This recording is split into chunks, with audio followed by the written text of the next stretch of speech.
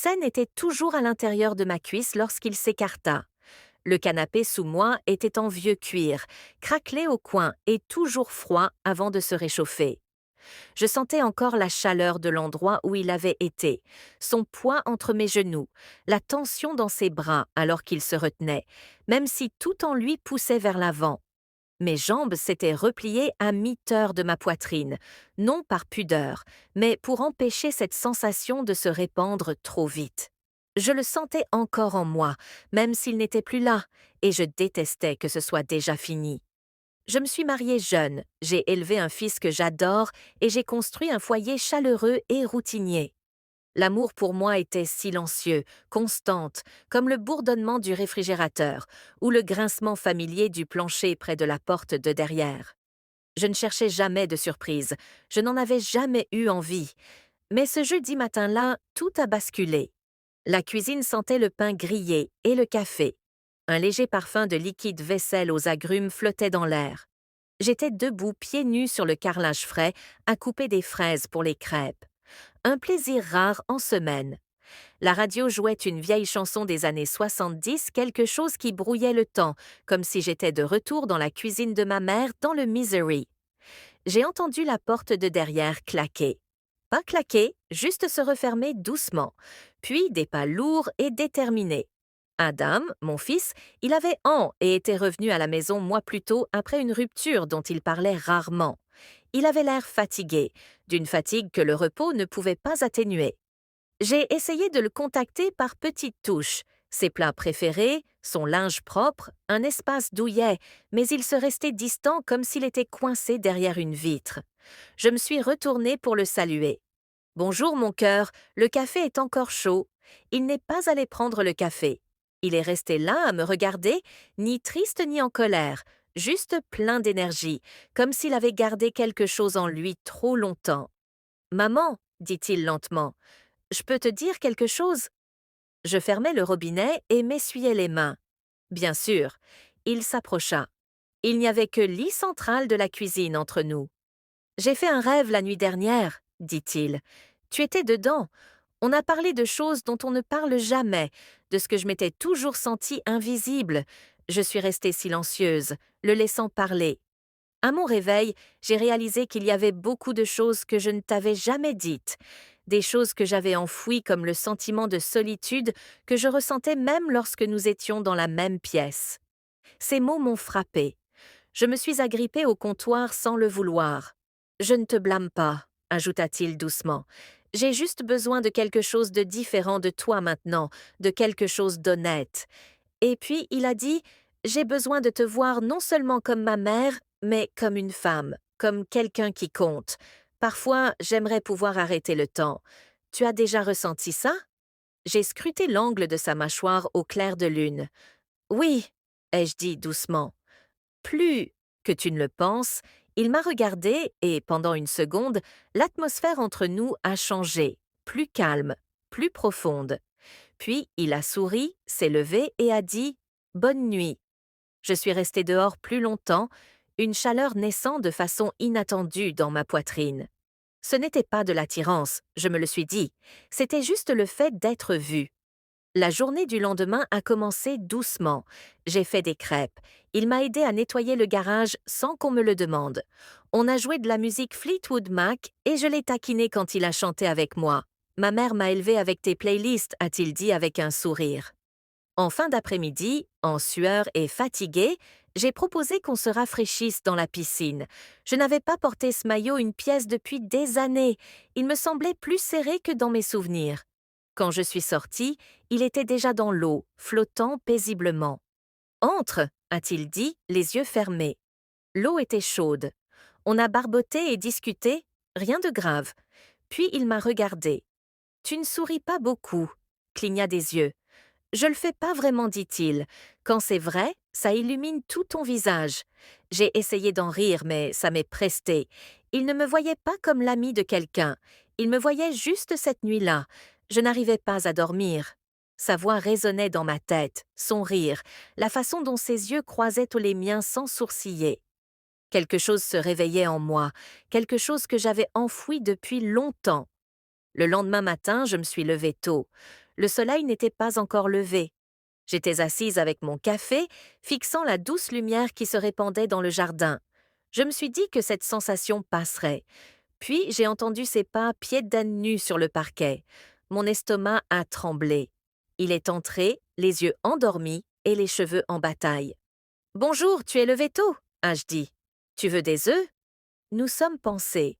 Le matin s'écoulait lentement, moi qui le cuisinais à côté, l'observant d'une manière qui me rendait à la fois nerveuse et curieuse. Quand je lui ai tendu son assiette, ses doigts ont effleuré les miens. Une seconde, mais cela a réveillé quelque chose.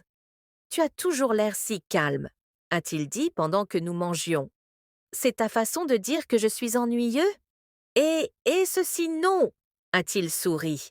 Tu donnes à cette maison un sentiment de sécurité. Je ne savais pas comment réagir.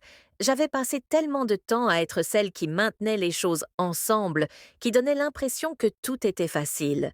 Mais l'entendre signifiait quelque chose. Il me voyait. Après le petit déjeuner, nous avons repris nos routines. Il a lu sur le porche. J'ai fait de la lessive, mais les nuages d'orage sont arrivés dans l'après-midi et nous nous sommes retrouvés à l'intérieur ensemble. Nous nous sommes assis aux extrémités opposées du canapé, tandis que la pluie tapait aux fenêtres. J'ai allumé quelques bougies. Nous avons feuilleté un vieil album photo. Taille. Je ne me retirais pas. Je posai ma main doucement sur sa poitrine à travers son t-shirt, puis la baissai. Il s'avança légèrement. Je me penchai en arrière jusqu'à ce que je touche à nouveau le comptoir. Il resta près de moi sans appuyer. Je restais immobile. Il inclina légèrement la tête, observant, attendant. Il se pencha légèrement, peut-être pour dire quelque chose, mais il ne le fit pas.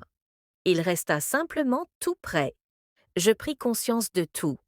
Le silence, la chaleur, la façon dont nous n'avions pas beaucoup bougé, et pourtant tout semblait changer. « Pourriez-vous tirer les rideaux ?» demandai-je doucement. Il bougea instantanément.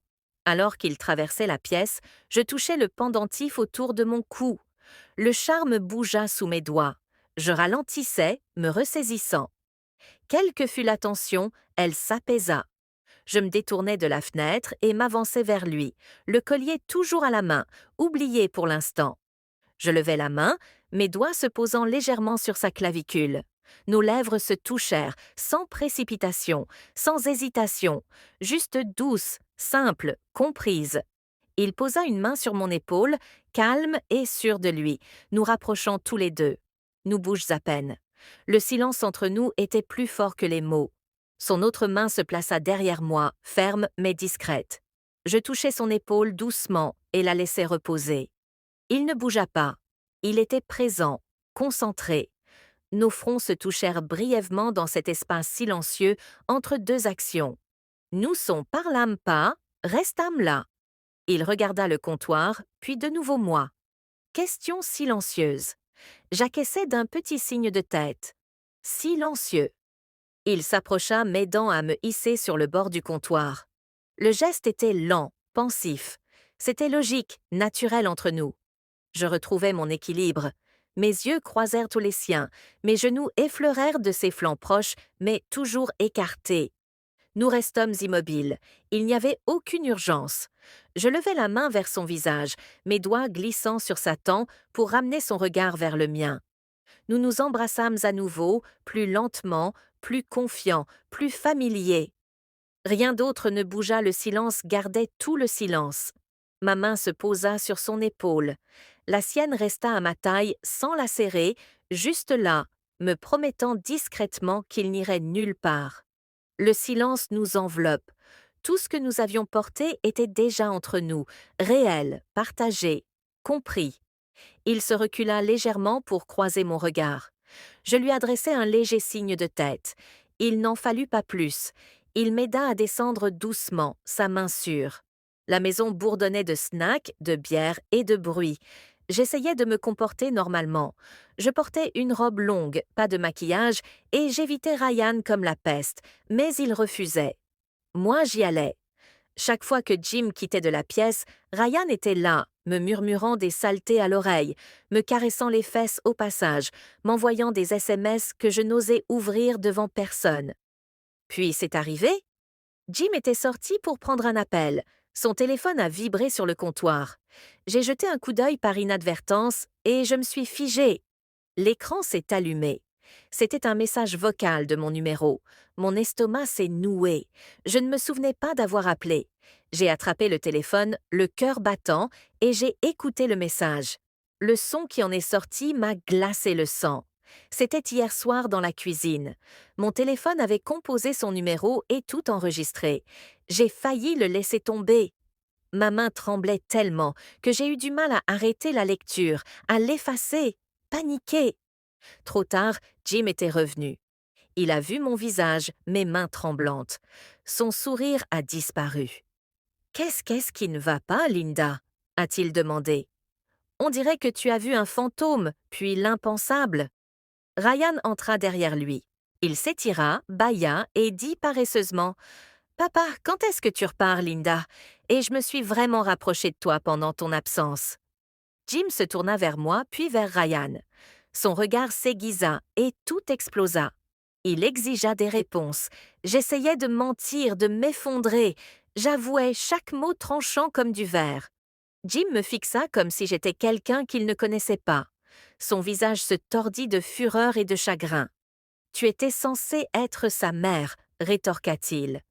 Depuis combien de temps cela dure-t-il? Ryan resta silencieux. Ni culpabilité ni excuse, il observait simplement. Jim sortit en trompe ce soir-là, envoya un message. Le lendemain matin, Ryan n'avait plus de mots, plus d'au revoir, juste une chambre vide et un lit qui riait de la trahison. La maison semblait morte. Tu as arrêté de dormir. J'ai arrêté de manger. Je n'ai entendu que les derniers mots de Jim avant qu'il ne claque la porte. Tu me dégoûtes.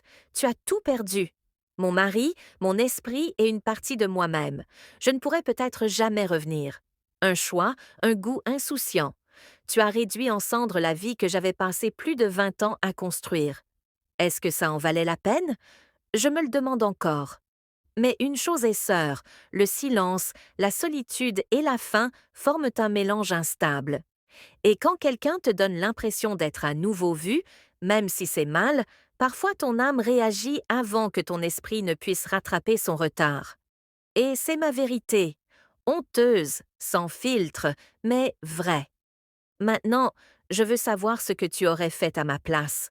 Crois-tu aux secondes chances après une telle chose? Dis-le-moi dans les commentaires. Je lis chaque mot. Et si cette histoire a éveillé quelque chose en vous, n'oubliez pas d'aimer, de partager et de vous abonner. Il y a encore plus de secrets à découvrir. Et la prochaine est encore plus sombre. Monsieur,